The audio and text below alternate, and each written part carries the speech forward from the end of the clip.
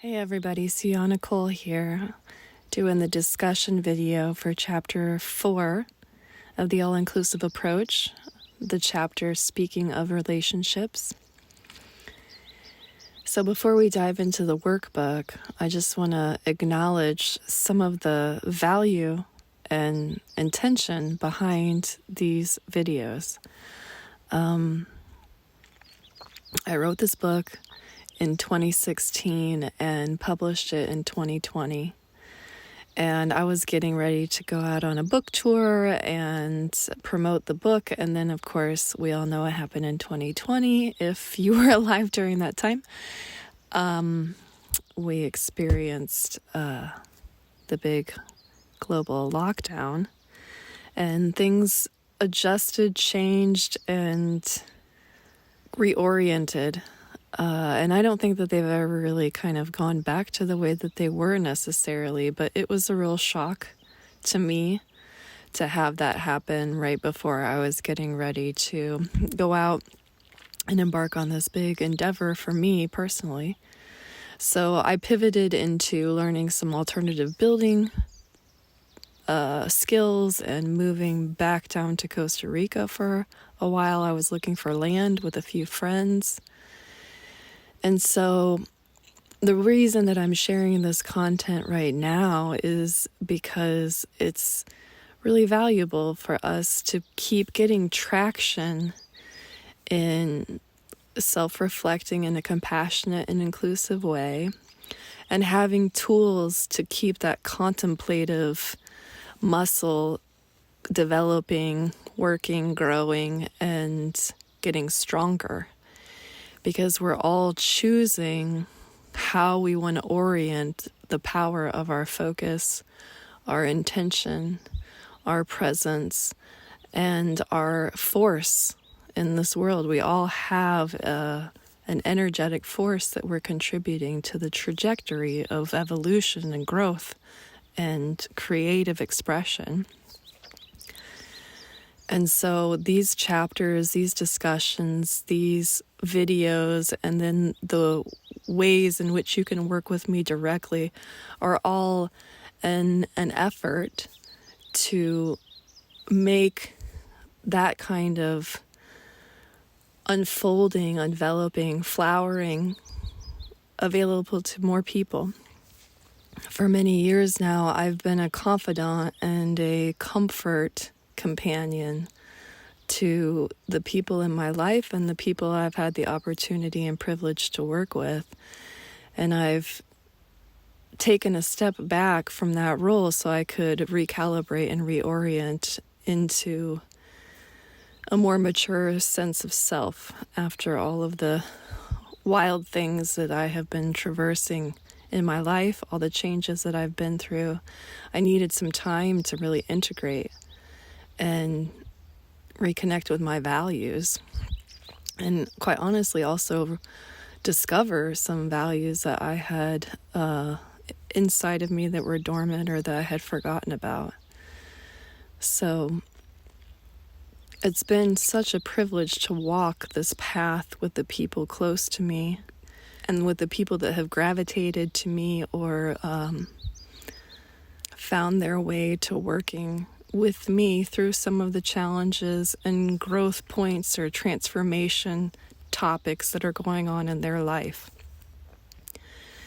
And this year, 2026, I decided, whatever the outcome may be, I'm going to make this information, this work that I do and that I have done in the past, available on these platforms so that those who gravitate towards that kind of approach to living, to developing, and to connecting have access.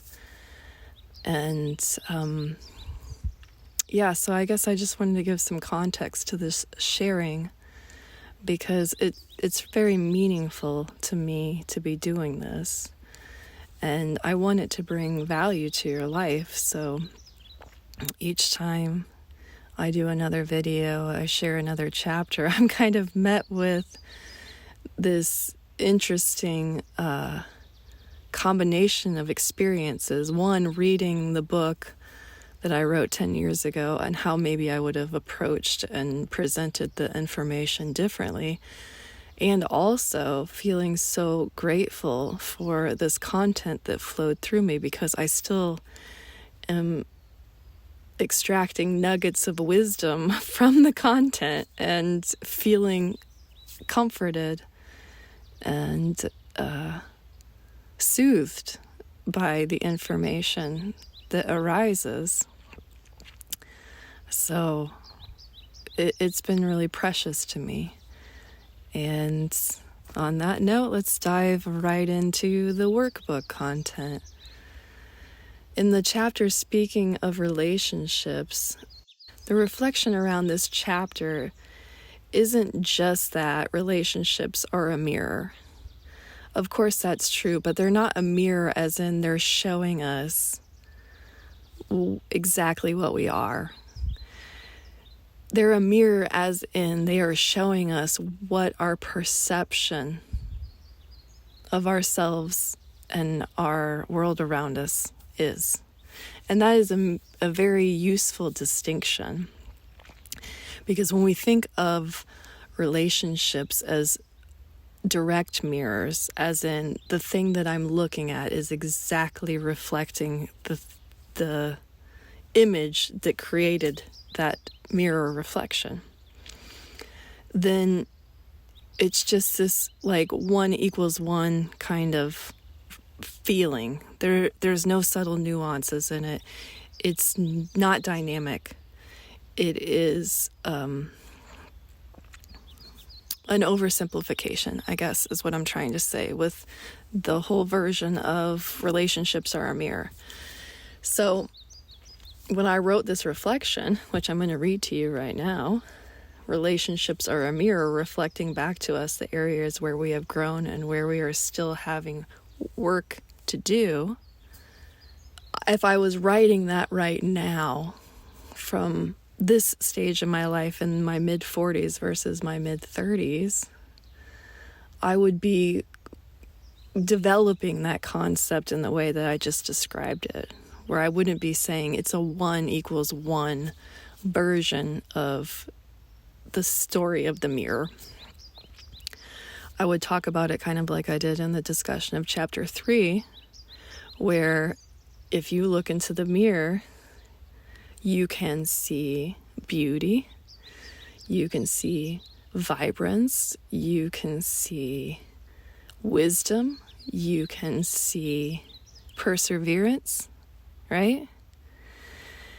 And also, you can look into the mirror and see wrinkles. You can look into the mirror and see age spots. You can look into the mirror and see blemishes. You can look into the mirror and see asymmetry in how your face is shaped. You can look into the mirror and see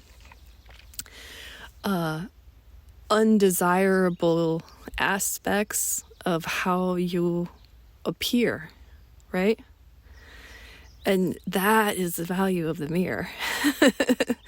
Not to tell you what's true, but to tell you what you believe to be true, where you're putting your focus and attention. And then when you put your focus and attention on the things that you do, what you believe about those things, what they mean in your life, the significance of them. And so in this chapter, we explore the balance between oneness, where everything becomes an expression of reflection, and individuality, where we take full responsibility with a sense of curiosity about how we're perceiving all of these reflections. And recognizing that while we're deeply interconnected in this reality, we also have the right, the responsibility, and the autonomy to establish healthy boundaries and to give ourselves permission to fully embrace our freedom to choose the meaning and the significance, again, like I was saying, of all the reflections that we are being exposed to.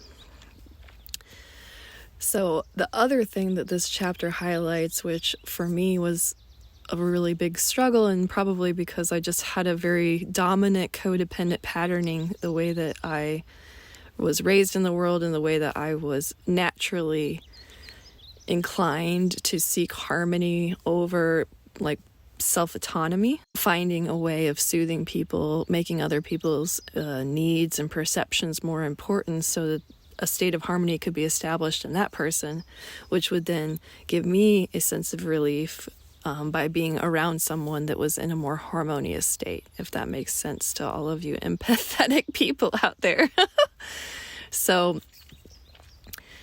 boundaries for me there was a whole journey around feeling entitled to having boundaries, really defining what my boundaries were looking, feeling, and expressing, instead of what people were telling me that they should, or mimicking behavior of people who are already really well versed with creating boundaries, and having a natural proclivity towards having a healthy established boundaries that were non-negotiable.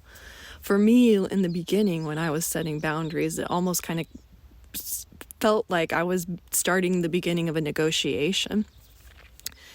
And it just took time for me to unravel a lot of the patterning that had been so well entrained into me, and also praised. I got a lot of positive feedback from being codependent with people and prioritizing other people's experiences and needs. I got a lot of gratification from behaving and operating in the world like that. So it wasn't just letting it go because it was uncomfortable. It was also letting go of some of the positively oriented identity that had gotten developed by being that way in the world. And again, for people who have maybe leaned more towards developing an inferior ego versus a superior ego, this should sound very familiar to you. And from one to another, you got this. And I know it's not easy. But boundaries are not about separation or rejection. They are about creating a functional, respectful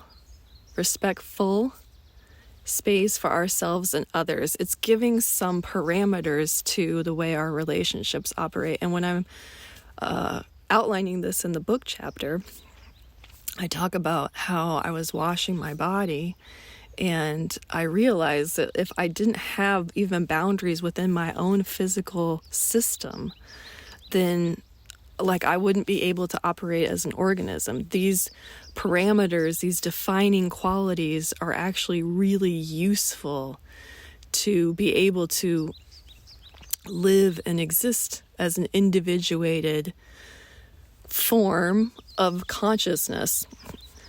And just as our bodies function through distinct yet interconnected systems, our relationships thrive when clear, loving boundaries are honored and established from a place of personal empowerment, not, fighting to try and reclaim one's power. So there's a lot of subtle energies and dynamics that go into this process, because if you're trying to create boundaries because you have been very permissive with your boundaries with the people around you, it can get a little messy. Because one, you're stepping out of the norm of how things were operating, and that can cause some reactivity with the people that you're around, the people that you interact with. And also, if you are trying to develop and mature an inferior ego, there is a part of you that's going to feel like you're doing harm to people to prioritize your own state of well-being. And I don't really have any suggestions to you on how to, mitigate that. I would just say being aware of it and having practices, activities, and contemplative questions to check in with yourself can be really useful throughout that process. What we're trying to do is we're trying to set from a loving place and maintain from that same loving place the truth that we are inherently worthy, we acknowledge our self-worth, and we are dedicated to fostering mutual respect and mutual benefit in our interactions and our relationships as a foundation. So some of the journal prompts that can get us into that mindset of exploring how we are in relationships are as follows. The first one is, in what area of your life do you struggle with setting boundaries? Is it at work? Is it at home? Is it with parental units? Is it with children? Is it with partners? Is it with friends? Where do you find setting boundaries feels threatening? Where do you feel like setting boundaries is going to impede your ability to get what you want or what you need? Where is setting boundaries making you feel like you are stepping into a situation of conflict? All of those things can be impediments for those of us that are trying to find our way through setting boundaries, who are harmony-seeking dominant versus self-expressive dominant. And some of us just kind of fall into the middle on that spectrum. You can go really far one way or the other, but it's something to pay attention to, I guess is what I'm saying. The second journal prompt is, how does the idea that boundaries enhance relationships rather than create separation change your perspective? And again, I would reflect back to the relationships that you highlighted in the first question and really look at those ones. And then if you want to do another deep dive into it, look at the relationships where you don't have such a challenge in creating healthy boundaries and see what those feel like and why they feel safer for you than some of your other relationships. So how do boundaries enhance relationships rather than create separation? That's the main question for number 2. Okay, so for number 3, I want you to think of a situation where you felt disrespected or undervalued. And then I want you to imagine how having an established boundary in that dynamic that wasn't present during that exchange might have changed the dynamic. And this is a role-playing approach. So if you can think of a situation where you really felt a situation where you were confronted with disrespect, being undervalued, being attacked, and go through some different versions of how that would have worked out or unfolded differently if you would have had this boundary in place or that boundary in place when that exchange was happening. Journal prompt number 4, do you feel comfortable saying no when something does not align with your well-being? And again, this is really useful to those who are trying to develop an inferior ego. There's so many times that we agree before we check in with ourselves. And this is one of the things that this chapter is about, is getting really familiar with what's true for you. And as we move forward, just as a side note, into a more collaborative and cooperative cultural system, as we become more interconnected in the way that we interact and engage with each other, being able to be comfortable with agreeing and disagreeing, with accommodating and not, with committing and with declining to participate in anything is going to be an essential strength for healthy communities and healthy collaborations. So, do you feel comfortable saying no when something does not align with your well-being? Why or why not? And also, if you are someone who is trying to be more conscientious and respond with grace when people say no, to the things that you'd like them to do with you or for you. Then you can also ask your question, how does it feel to receive a no when you request something of someone? Because either way, collaboration, cooperation, co-creation is going to become more and more and more dominant in the way that we are in the world, the way we're interacting, the way that our communities are developing, and the way that we're operating in our new paradigm. So being able to get clear on these things and find a path that leads you into a state of authentic expression is really worthwhile, in my opinion. And these kind of questions give you a chance to really delve inward and see where the resistance or discomfort or past pains and hurts might be directing your reactions, your behaviors, or your responses to those situations. So, for example, if you feel really uncomfortable with someone saying no to a request you have because it piques a sense of rejection, and that leads you to not asking anybody for any help, it's very hard to do everything all on our own, and it can leave us feeling really isolated. Similarly, if you're someone who says yes all the time when really no is the most accurate response, then you might be someone who tends to feel burnout a lot, overwhelmed, like have a lot of physical, mental, or emotional challenges that give you permission to not show up for people all the time. And if that's the case, then this question could kind of lead you down the road of, if I felt safe to answer responsibly and accurately yes or no, then would my body not feel the need to develop issues so that I can rest? Or would I have more energy to do the things that I really want if I didn't feel guilty about doing things that I want when I've been asked to do something that someone else wants of me? Because we may not really even know at an unconscious or subconscious level that we're sabotaging our well-being and our freedom to do as we want with our free time, because it feels like a justified reason to not show up for others when it doesn't feel in alignment with us.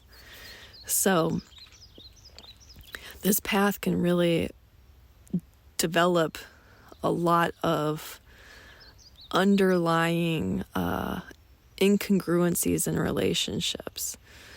And they might come to the forefront for a while you're going through all this, which is why, again, it's just so great to check in with yourself and be present with your own personal experience and understand that other people are going to have a response or a reaction to these changes, because it's a change. And our nervous system responds to change, especially unexpected change. So the more communicative you can be, listen, I'm really trying to learn to be more truthful and authentic with my responses about the things that I commit to and don't commit to. I'm finding my way with it. It's a muscle that might be a little bit weak, and I'm trying to strengthen it. So I'm just asking for your patience and putting it on your radar so that you know that this is something that I'm learning to do, and I'm going to have a learning curve that goes along with the process. And hopefully the people that you have in your life will give you a lot of grace and compassion and encouragement to do exactly those things. And the ones that don't, it's good to pay attention to that. It's good to be aware of people who really want to deter you from being your most authentic self. The fifth journal prompt in this workbook chapter is reflect on a relationship where setting a boundary improved the connection. So this is something that you can do if you're just starting into the process of establishing healthy boundaries in a conscious way. It might be one of those journal prompts that you return to after you've been working on this for a bit. But reflect on a relationship where setting a boundary improved the connection, and then what was the outcome. So you can really have a chance to explore the arc of, discomfort, uncertainty, pushback, acceptance, discord, intimacy, all of the different things that kind of go into this process, especially with people who are willing to walk this path with us. It can be really dynamic and deepen the bond that you have with the people in your life that want to see you thriving and expressing yourself in the most truthful and aligned, graceful way that you possibly can. Just the process isn't always like the prettiest. Sometimes it can get a little messy, and it's nice to be able to have people around who will walk that path with you and, give you some allowance for the learning curve. Okay, and then the exercise for chapter 4, speaking of relationships, is around defining your boundaries. Okay, so step number 1 is list 3 relationships, personal, professional, or social, where you feel your boundaries need improvement. And this is a great companion to the journal prompts, this exercise. And then write down one boundary you wish to establish in each of those relationships and why it's important. What is the gain? What is the development? What is the strengthening that you can imagine that will happen as a result of setting this one boundary in each of these relationships? And it might be many, many things that you want to make adjustments around. But in the beginning, it's great to just pick one and really get clear on how it aligns with your values and what is going to grow and flourish in you as a result of getting more cohesive within yourself and how you're expressing yourself. Once you've written all that down and gotten really clear on what that looks like, feels like, the expression of it, maybe you even write an example of how it might play out. Practice asserting one boundary in the next week with kindness and clarity. So this exercise is about implementation. Just one boundary, just one step. You don't have to do all of it all at once. It's so much easier to maintain these developed skills when you're developing them in a gentle and consistent way. And then after you do that for a week, you reflect on the outcome. Did it feel empowering? Did it feel combative?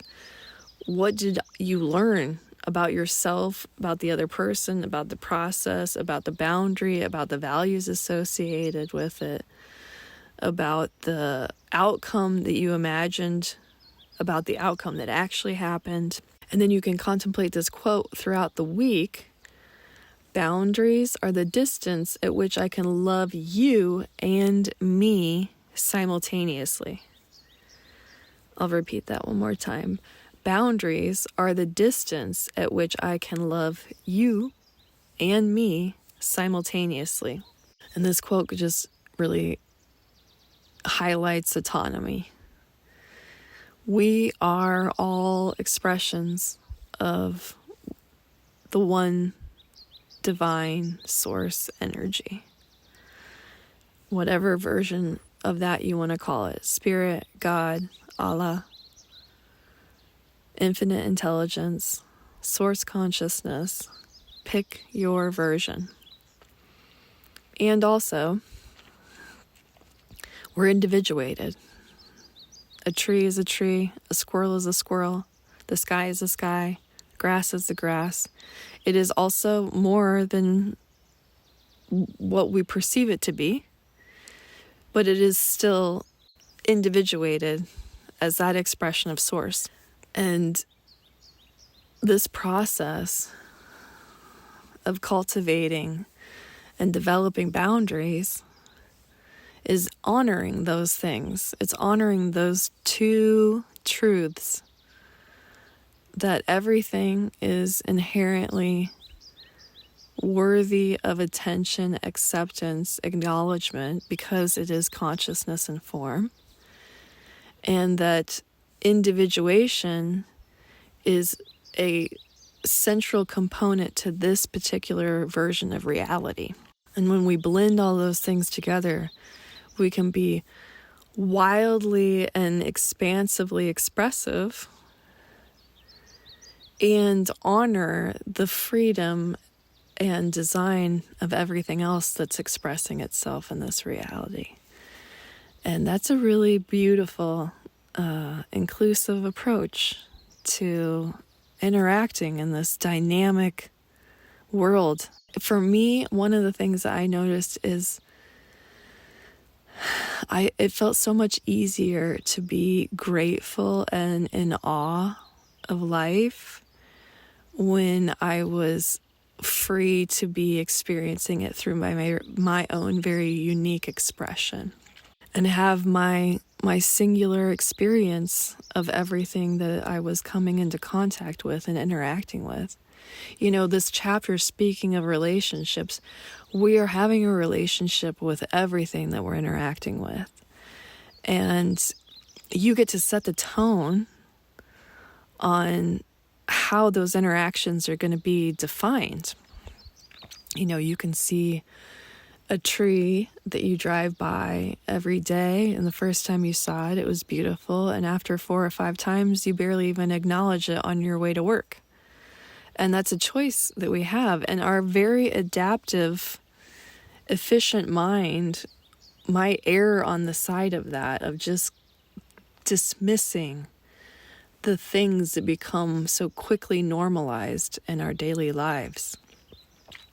But we do have another part of our brain that, when we're not in survival mode, is operating in a state of illumination, where everything, the tree changes the way it looks every day. You know, the sky looks different every day.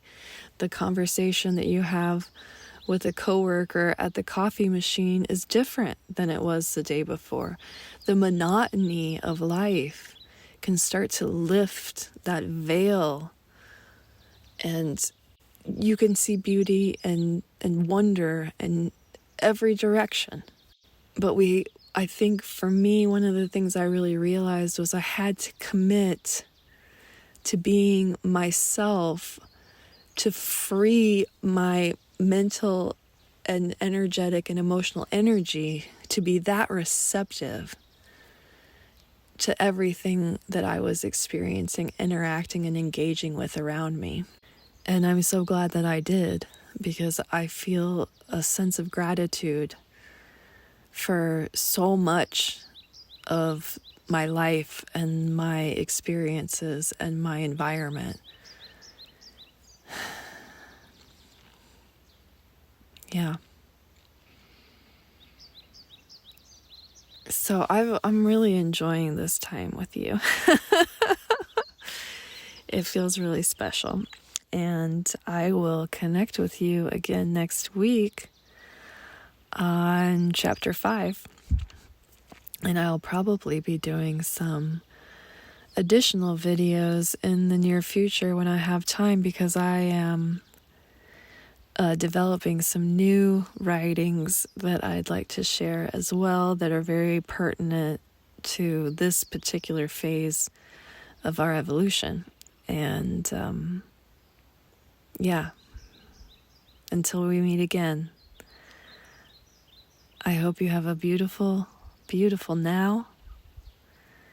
Be well, and I will speak to you again soon.